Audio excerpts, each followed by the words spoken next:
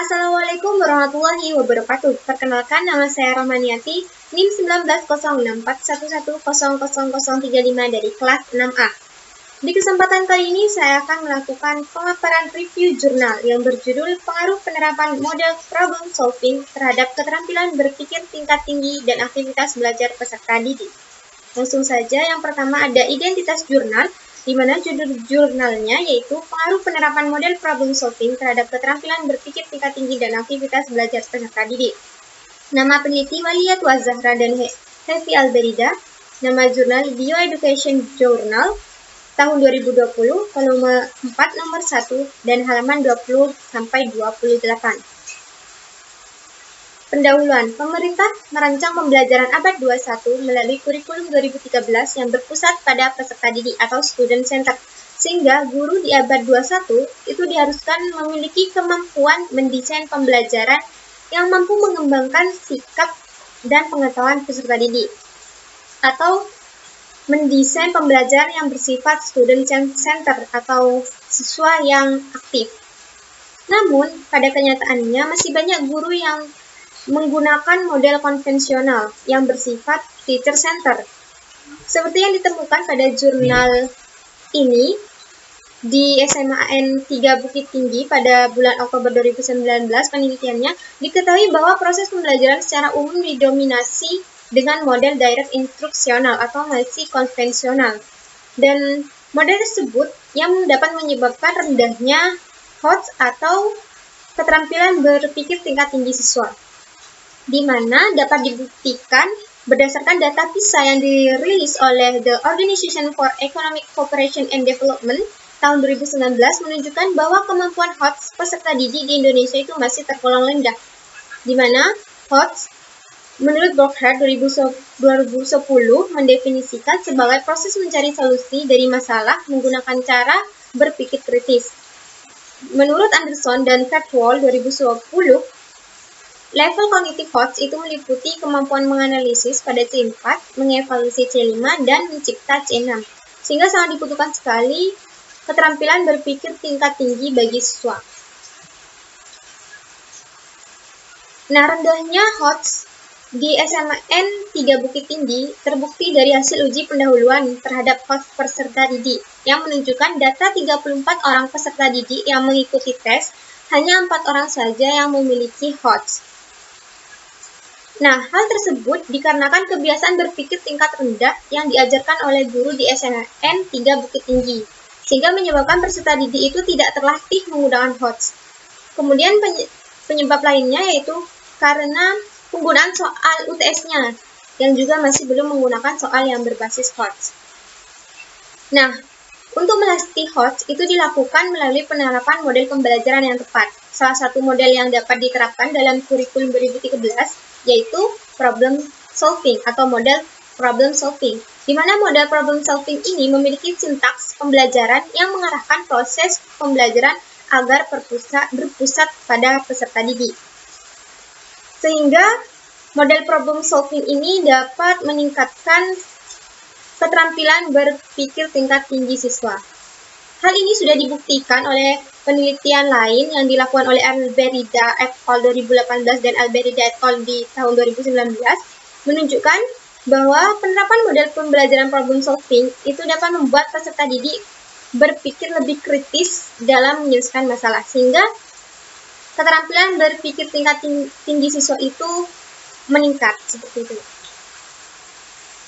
Untuk metode penelitian yang digunakan di jurnal ini, jenis penelitiannya yaitu quasi eksperimen dengan rancangan randomized control group post-test only design. Sampel penelitiannya yaitu kelas 10 MIPA 2 sebagai kelas eksperimen dan kelas 10 MIPA 1 sebagai kelas kontrol. Untuk variabelnya, variabel bebas kelas eksperimen yaitu model problem solving, variabel bebas kelas kontrol yaitu model direct instruksional atau konvensional, untuk variabel terikatnya yaitu HOTS, dan aktivitas belajar peserta didik. Untuk instrumen yang digunakan yaitu lembar soal untuk menguji HOTS dan lembar observasi untuk menguji aktivitas belajar siswa. Untuk uji datanya itu menggunakan uji t-test. Nah, hasil penelitian dan pembahasan. Hasil penelitian yang pertama yaitu terkait keterampilan berpikir tingkat tinggi atau HOTS siswa, Berdasarkan tabel di atas atau tabel nomor 1 yang ini, terlihat bahwa terdapat perbedaan nilai rata-rata HOTS peserta didik, di mana nilai rata-rata kelas eksperimen itu lebih tinggi dibandingkan kelas kontrol. Kelas eksperimen yang diberi perlakuan berupa penerapan model problem solving memiliki nilai rata-rata 73,02. Sementara itu, kelas kontrol yang diberi perlakuan berupa penerapan model konvensional atau direct instruksional memiliki nilai rata-rata 65,86. Nah, pembelajaran di kelas eksperimen itu menerapkan model problem solving dengan langkah-langkah yang dirumuskan oleh Alberida et al. 2018. Tahapannya yang pertama ada tahap observasi yang dapat melatih peserta didik untuk bekerja kelompok sekaligus dilatih untuk mendiskusikan rumusan masalah dan hipotesis. Kemudian tahap mengumpulkan data atau informasi yang akan dapat meningkatkan keterampilan peserta didik dalam memperoleh informasi, mengembangkan kosakata, mengukur atau merekam data, menggunakan angka, serta memanipulasi bahan. Selanjutnya, tahap analisis dan generalisasi data. Peserta didik itu akan terlatih untuk berpikir secara ilmiah. Peserta didik juga dapat belajar membuat solusi dan mengungkapkan korelasi suatu hal antara berbagai objek dan peristiwa untuk menyelesaikan masalah yang ada. Kemudian tahap yang terakhir yaitu tahap mengkomunikasikan yang berfungsi dalam meningkatkan kemampuan berpikir peserta didik sekaligus memperkuat dan memperluas pengetahuan mereka. Kemudian hasil dari aktivitas belajar berdasarkan tabel, terlihat bahwa persentase aktivitas belajar siswa pada kelas eksperimen itu lebih tinggi dibandingkan kelas kontrol. Nah, di sini terdapat 5 aktivitas belajar yang diamati atau yang dinilai. Pertama ada keaktifan menyampaikan pendapat, keaktifan bertanya, aktivitas membaca referensi atau sumber, aktivitas memperhatikan guru, dan aktivitas menulis catatan dan LKPD. Terlihat bahwa setiap aktivitas pada kelas eksperimen itu jauh lebih tinggi dibandingkan dengan kelas kontrol. Nah, artinya dengan penerapan model problem solving, maka aktivitas belajar siswa akan lebih baik.